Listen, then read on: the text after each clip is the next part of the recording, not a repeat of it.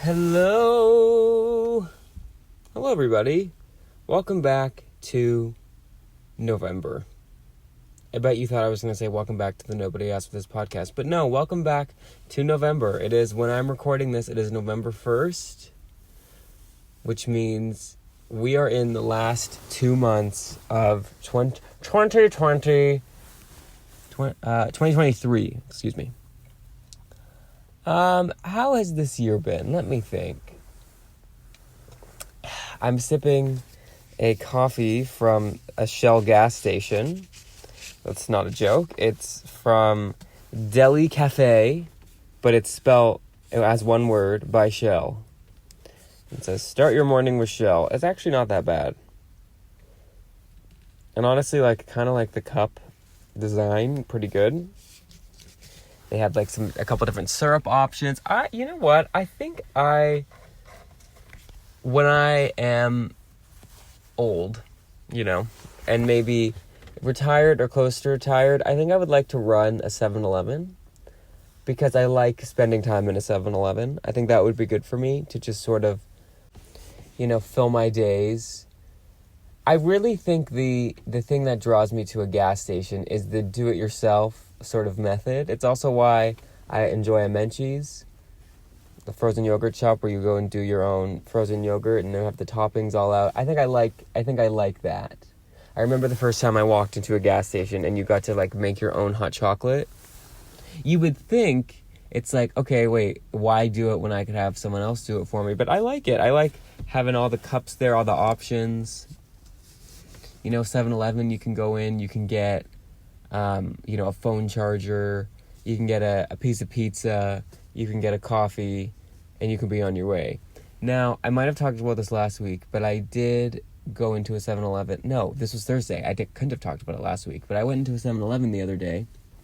I got a coffee, I got a bottle of hand sanitizer, I got something else. What did I get? Oh, a pack of gum, and I think a water or something like that. 4 things. And I think I went in for the gum, but of course, knowing me, I just grab everything, which is why I think I need to start spending more time in dollar stores, because I have this thing where when I'm in a store, I go for one thing and then I just start grabbing stuff. It's just willy-nilly. I'm oh, I need this, I need this, I need this. And then I get to the register and it's $50. So I think I need to just go to the dollar store where, in theory, everything is $1 when really it's closer to $4, but that's okay. We won't talk about that. Inflation. But yes, so I bring all my stuff to the register. I put in my points coupon thing because I am not to brag, I am a rewards member.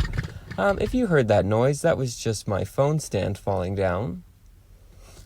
I have a car. I'm in the car, obviously, duh. I'm not on my beanbag chair. I'll probably finish this episode on the beanbag chair. So if you're missing the beanbag chair acoustics, don't worry, they're coming. I'm in the car this time. And I have my phone stand that for whatever reason every maybe 3 or 4 months or so decides that it doesn't want to stick to the windshield anymore and just plops down while I'm on the freeway. And I'm well, I don't know what to do with that, because if I pick up my phone, it's illegal. But if I leave my phone there just in front of me on the dashboard, I believe it's also illegal. So it's we're in a trap. We're caught in a trap. Who can walk out? But anyway, I get up to the register. I input my phone number to the 7-Eleven reward program thing, and my purchases were $24. I was what? I was huh? 24? As in $1 less than 25, which is essentially a quarter of $100. For what? Some not great tasting coffee. Luckily, I was blessed with poor taste. That will actually be the name of this episode. So good to know I have that settled. That could be honestly one of the most stressful parts about this whole thing, is I have to think of a name for each episode. But yes, I was blessed with poor taste. So I can really drink the Deli Cafe by Shell coffee, or the 7-Eleven coffee, or like anything with like a pre-mixed, you know, when you can go and you just click like the hot chocolate button and it's like, I can do that. And I think of like, I'm like, oh, this is delicious. But regardless, I've started like 4 stories and I'm going to finish one. I'm determined.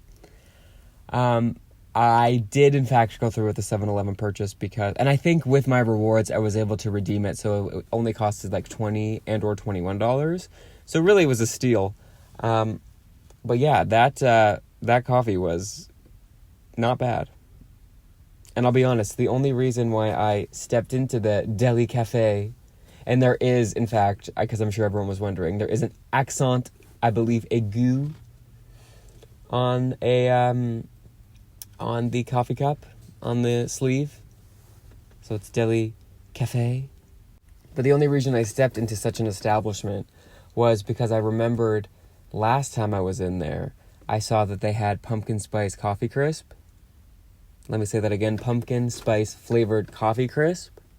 And I needed breakfast. But no, last time I was in there, I got something, and then on my way out, I noticed that they had again, pumpkin spice flavored coffee crisp. And I was like, am I really going to go back to the register, like get back in line to buy pumpkin spice coffee crisp? And I thought about it. I really did.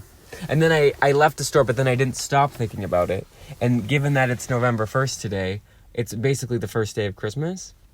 So I needed to get it before it either expired or went away for a whole nother year. So on that note, Merry Christmas, everybody. I hope everyone had a great Halloween. For my costume, I dressed up as a giraffe. Not to brag. I did get it from Amazon. It was $50. And I honestly don't regret it as much as I should. My idea was, okay, let me just buy this $50 Amazon. Because I of course started my planning for my Halloween costume the Saturday before. I think Thanksgiving was Tuesday. I started planning on Saturday. So I was like, oh, maybe Friday. I can give myself a bit more credit than that on Friday. So I was like, okay, listen, let me just order something from Jeff Bezos. And I hopefully will get a chance to go to the store and then return the thing from Jeff Bezos. Because when my costume eventually did come, there were like 4 tags that was like, if this tag is removed, you cannot return. So I'm sure that company has been burned by the November 1st return strategy before. So they're like, not again, not happening. We're going to put 4 tags, not 1, 4 tags that say, you can't take this back. Good luck. Now, I'm going to be completely honest. Did I end up having time to go find a costume at maybe a thrift store, maybe Walmart? Yes, I did have time. Did I do it? No. I had the best of intentions, but I can never peel myself off of a couch on the weekend to go do that. So I ended up being a giraffe, and I have to say, I am now committing to a life of no waistband. I really liked not having a belt. I really enjoyed essentially wearing my pajamas to work, and I think I'm going to do that more often. Something that I don't understand, and I'm going to be 100% honest, I recorded the first part of this episode, the last 8 minutes that you've been listening, over 12 hours ago. So, got to keep it real here. I am now in the beanbag chair. That is really funny how, excuse me, how time works. Like, for you guys, it felt like nothing. And by you guys, I mean no one. I know no one listens to this, trust me. I'm not, like, delusional. I see the stats. I see the numbers. It's not like how you're like, oh, nobody likes me, or, I don't have friends, when, like, really, you kind of know that, like, you kind of do. No. I see, this is like factual. There's statistics to this. I did take a statistics class about 5 years ago. No, not 5. No, 5 years ago. Was 2018 5 years ago? That's nuts. Yikes. Anyway, what was I talking about? Oh yeah, I recorded the start of this 12 hours ago. I'm now in my sweatpants, in the big beam bag chair. Time is wild. However, that's not what I was going to talk about. What I was going to talk about is something that relates to Halloween, which is I don't understand fireworks. I don't get it. What is the point? What do people get out of it? I just feel like you're shooting what? Fire into the air? Like, and when I say I don't get fireworks, I mean this on two levels. I don't understand the science behind fireworks. But like, okay, whatever. I guess I don't have to understand science, but like, I don't understand the appeal. What are you trying to accomplish with fireworks? Like, it seems like a lot of work. It seems like if you are the person shooting off the firework, you can't really enjoy it because you're like so close to it. You kind of have to be, yards and yards away. And in which case, do you like elect one person to like set off the fireworks and then everyone else drives like a block or two down the road to watch them? And how is that not anticlimactic? Also, when you go to buy fireworks, one, aren't they illegal? Like, is that not contraband? Two, even if you are able to find them, like, how do you know what you're getting? Because, like, you can't... Like, are there different types of fireworks? Is it just like a crapshoot? I really need to... The first guest ever on this podcast will be a firework expert because I don't understand. And last and foremost, I don't know if that makes sense, the top thing that I don't understand about fireworks is, isn't it illegal? So, like, not only are you going to do something illegal, but I feel like most things that people do that are illegal, they try and do as quiet as possible. It like happens in like back alleys or like, online, but like deep online. Whereas a firework, like there's no way to do that where you don't get caught. Like you're literally sending up a smoke signal of like, come get me. Here I am. And like, is that worth it? Do you want to be the person in prison when they're like, what are you in for? And you're like, oh, I set off a firework on Halloween. Or even worse, I set up a firework 3 days before Halloween. I was hearing fireworks days ago. Also, why Halloween? Like, I just don't understand. I'm doing some Googling. What is the appeal of fireworks? Okay, let me Google. Are fireworks illegal? Fireworks can't be sold or used without a valid permit from the fire department, as well as a federal fireworks operator certificate. Okay, I feel like the only way to get a certificate is to be like a legit business. Okay, do not call 911 unless it's an emergency. Fair. You're supposed to call the bylaw officer. I'm so confused. Do you just buy them online? Amazon? Basically, in my opinion, if you can't get it off Amazon, it's probably not worth buying. So, yeah. Anyway, I'm not really finding answers to these questions because they're, I think, too specific of questions. It's like more like opinion-based, but whatever. Exciting news. I've already listened to Christmas music. Again, I'm coming to you on November 1st. It's kind of a tradition within myself to start playing music on Halloween Eve. Or I guess not Halloween Eve like October 30th, like the eve of Halloween. So like night, like once kind of trick-or-treating has winded down, which I unfortunately missed trick-or-treating this year. Not as a participant, but like as a candy giver outerer. I was not home, so I did not get to hand out candy. But that's okay. There's always next year. But what I did get to do was listen to Christmas music. And I'm proud to say I listened to maybe an hour or two of Christmas music already.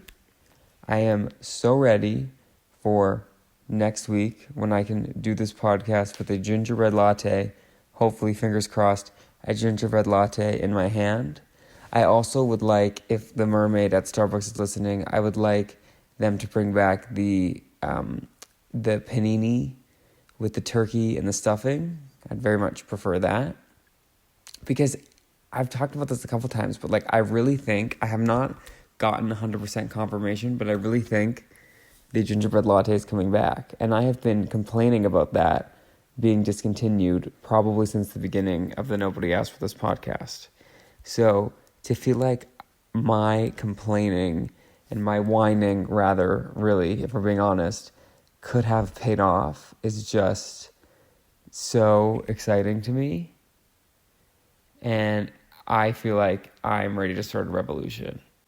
Also, just a personal life update. I talked the last probably 2 episodes about the fact that I had a phone that was busted.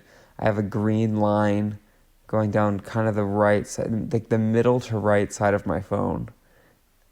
And at this point, it's been there for so long that I'm just kind of used to it.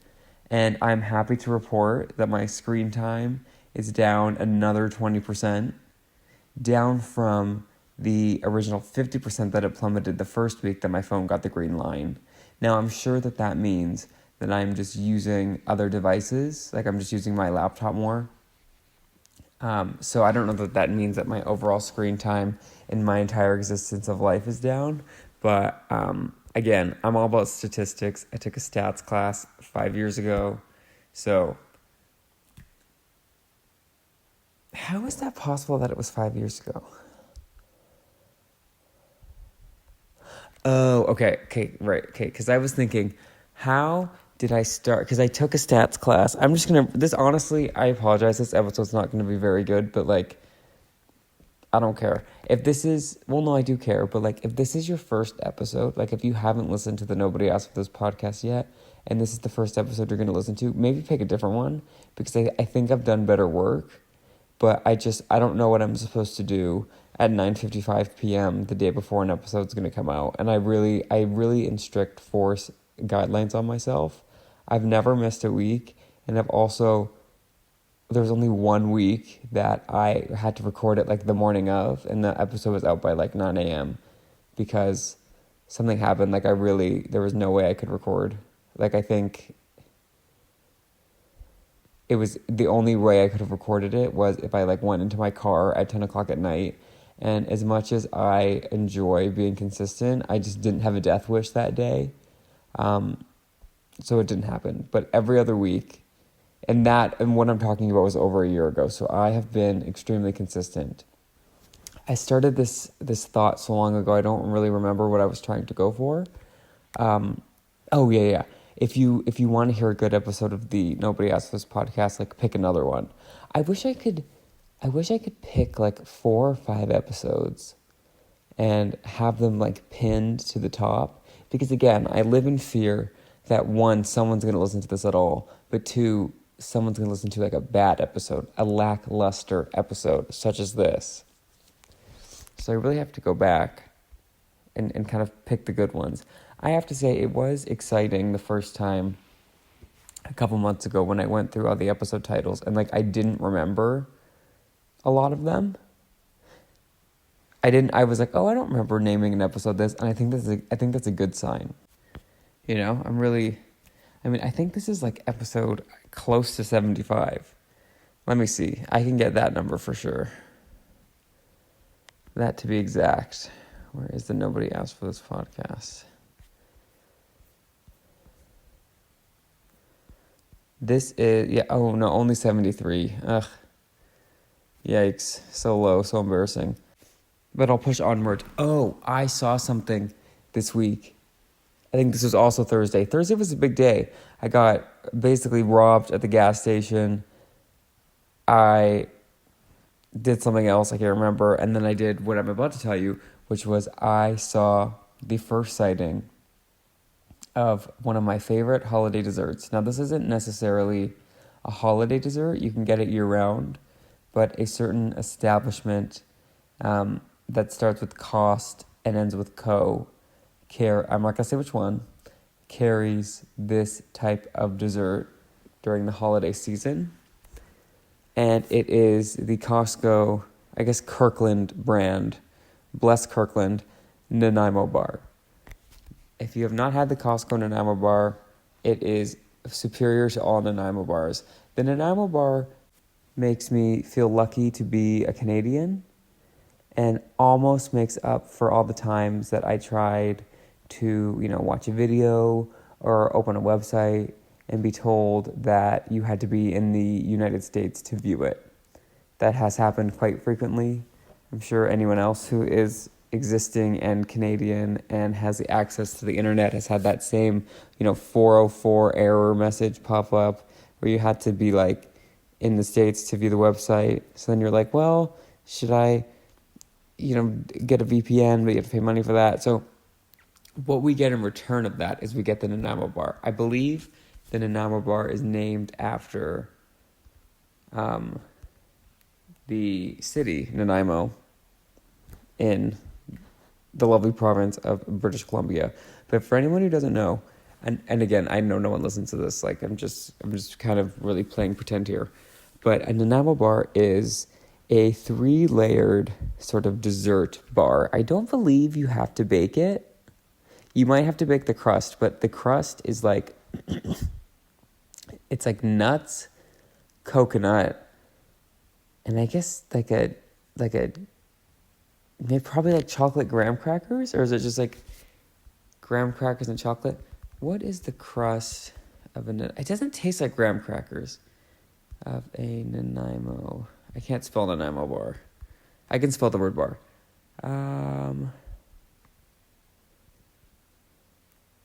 Yeah, like a chocolate wafer situation. Nuts and then coconut. So that's the crust.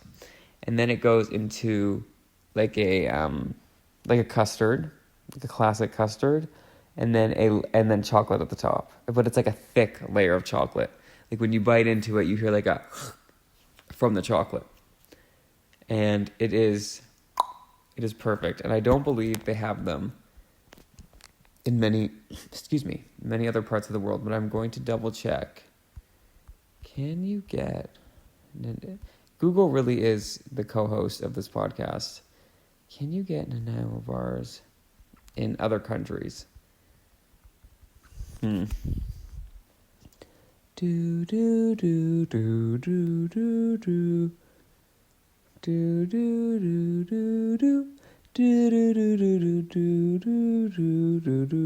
do do. Oh, this is a plot twist. You might only be able to get them in BC. That's very interesting. Huh. Interesting. Also, shout out to the person that made the Nanaimo bar, because you really could have named it anything.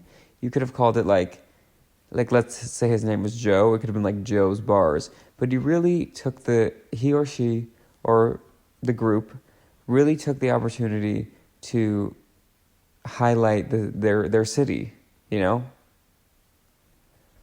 Like I think if I made something that was as delicious as a Nanaimo bar, that I wanted to make me as rich as I'm sure the creator of the Nanaimo bar is, I would want it to be named after me, not where I lived.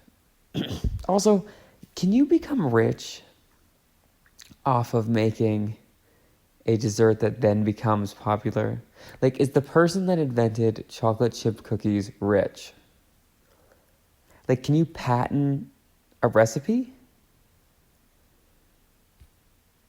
Because really, like, Mr. and Mrs. Nanaimo bar, they thought of the recipe, but if everyone else is just making it, like, can you sue? I'm not even kidding here. Okay, wait. Can you patent?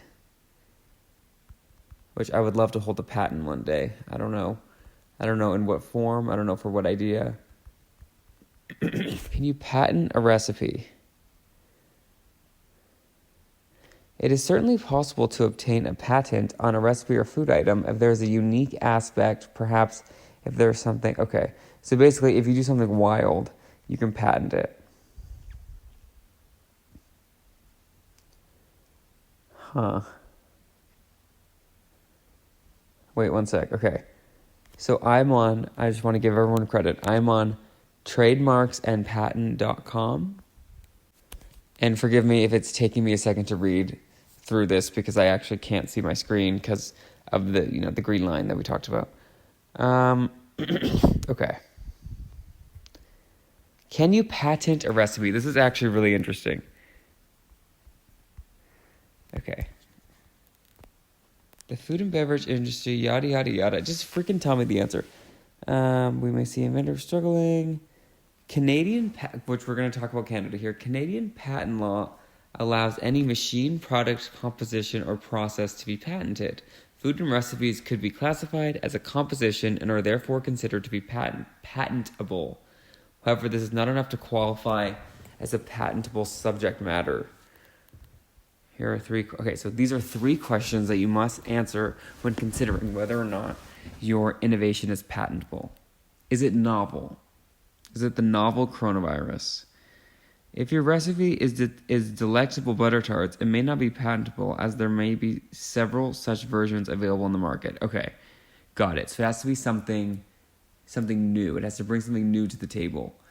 I always find that recipe names are hilarious because it's like my neighbor's best butter tarts, or like Sally's favorite butter tarts, or like the world's best butter tarts. It's like you can't just be saying that stuff. Like, where's the facts? Where's the stats? Or it's like my neighbor's dog's recipes butter tarts from 10 years ago. Okay, anyway, so that's the one. It has to be novel. Is it non-obvious? For an invention to be patentable, it must be non-obvious. I love that. Non-obviousness states that the intention must be beyond the predictions of experts in the field. Okay. Chocolate dipped pickles. That's not obvious, but then it's also kind of obvious. Is your recipe useful? Okay, well, that's rude. Functionality or utility is an important aspect of any invention. The Canadian Patent Office will not clear applications that have no utility aspect to it. This is all too... It's all too vague. This is a terrible... Like, it must be so horrible to be a lawyer because you have to just argue stuff that, like, you could have also just stayed in bed that day. You know what I mean? Like, you have to find it in yourself to be like, no, I'm going to fight. I'm gonna get up and like put on shoes today to fight that chocolate dipped pickles are or aren't non-obvious. Like, that's like dedication to the craft. Okay. Consult with the Okay, the last step is consult with the patent agency. That sounds expensive, so I'm not gonna do that. But I still don't really understand. Okay, next question. Who invented chocolate chip cookies? Because one, I want to shake their hand. And two, I want to know if they're rich. The original recipe was created in the late 1930s. That's nuts that in 1920 they didn't have chocolate chip cookies. By Ruth Wakefield, who famously ran the Toll House restaurant in Whitman, Massachusetts. Okay, this always gets me. Okay, wait. I'm looking at it and it's making it worse. I'm looking at the word. Massachusetts. No. Boston, Massachusetts. No. Massachusetts. Nope, that's even worse. One sec. I'm going to get Siri to help me out here. Do you know how, like, if you had asked me 30 seconds ago what state is Boston in, I could tell you and pronounce it perfectly. But now that I'm thinking about it, Massachusetts. I think that's better. Okay. Is Ruth Wakefield rich?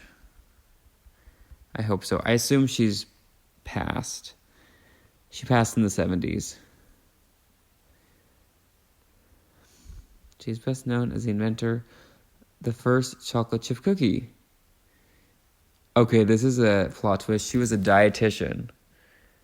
Well, I don't know about that. She, like, sabotaged everybody. She was a dietitian? Where's her Netflix special? The Toll House Inn.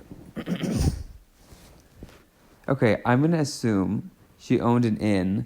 And, like, maybe... Okay. I've done very minimal research on this and have not fact-checked any of this, but I'm just going to guess. I'm going to fill in the blanks here. This Ruth lady, the wonderful Ruth, was it Whitfield? Is that her name? Whitman? No. Wakefield. Forgive me. She owned a inn called the Toll House Inn. Okay, so this we know for sure. I'm going to assume one day the plumbing was clogged. And she called the plumber person and said, hey, can you come on in? Like, the plumbing needs help. And they said, oh, we're really sorry, Mrs. Wakefield. Like, we can't get there. We can't get there fast enough, sorry. And she's like, well, what am I supposed to do? My entire motel smells like feces. And then she thought, okay, let me just go get a candle. And she went to the candle closet next to the linen closet, but not the same one as the linen closet, like the one next to it, like, or maybe across the way. And she looked and she realized that, no, I don't have any candles. Maybe her daughter was using them for like a school project or something. So she thought, crap, literally, what am I supposed to do with the smell of fecal matter in my motel? So she thought, you know what, let me make some shortbread. And then she got to the kitchen and she realized that she didn't have a loaf pan. I guess shortbread isn't bread. Okay, forget I said shortbread. She wanted to make bread, and she realized she didn't have yeast. So she's like, okay, I'm going to make a cake. And she realized she didn't have a cake pan. So she thought, okay, I'm going to make these little versions of a cake on this sheet. Now, I don't know if it's saying she invented the idea of cookies in general, or just chocolate chip cookies. Let's say cookies existed. So she said, okay, I'm going to make cookies. And then she was like, ugh, but I feel like, these poor hotel guests deserve a little something extra because they're smelling, the people staying in Suite 13's fecal matter, because that's what the plumbing issue was. It's always Suite number 13. Look it up. So she said, you know what, let me throw these chocolate chips. And really the rest was history. So I have no idea if that was the true story. I'm going to say allegedly because I don't want to get sued, but I really feel like that could be it. And I will leave you all on a cliffhanger. I will check next. I will actually do some research, I promise. I really hope I don't forget. But I'll do some research and I'll come back to you next week with the full story of the chocolate chip cookie. See, no one can say that this podcast isn't something, It's not great, but I just recited a fake story, potentially, on the spot, a short story, creative story, persuasive essay, speech, arts, on the chocolate chip cookie innovation. And I honestly don't think that you can find that on any other podcast on the podcast app or the internet at large. So, do what you want with that. Thank you all for listening. If you like what you're hearing, you can go to podcastnobodyaskforthis.podbean.com and you can listen to all of our episodes on there. You can see links to us on Spotify, not Apple Music, the Apple Podcasts, you know what I mean. You can also listen to us, not listen to us, but you can follow us on Instagram, Twitter, Facebook. Apparently, we still have a TikTok. I haven't done anything with that in over a year, but I think you can see the 3 TikToks that we've ever made. I hope you all have this is a very strong word. I hope you all none have a splendid weekend. Thank you for listening, and long live the chocolate chip cookie.